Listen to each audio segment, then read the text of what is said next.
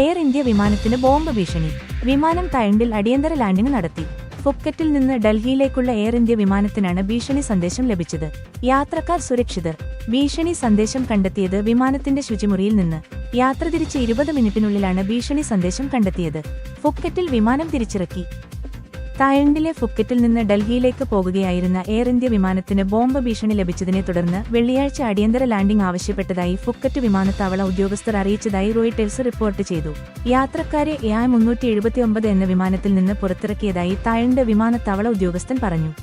പ്രാഥമിക പരിശോധനയ്ക്ക് ശേഷം വിമാനത്തിനുള്ളിൽ ബോംബ് കണ്ടെത്തിയിട്ടില്ലെന്ന് അധികൃതർക്ക് പിന്നീട് റിപ്പോർട്ട് ലഭിച്ചു. വിമാനത്തിൽ ബോംബ് ഭീഷണി കുറിപ്പ് കണ്ടെത്തിയ യാത്രക്കാരനെ തായ് വിമാനത്താവള ഉദ്യോഗസ്ഥർ ചോദ്യം ചെയ്യുന്നു. വിമാനത്തിൽ 156 യാത്രക്കാരുണ്ടായിരുന്നു.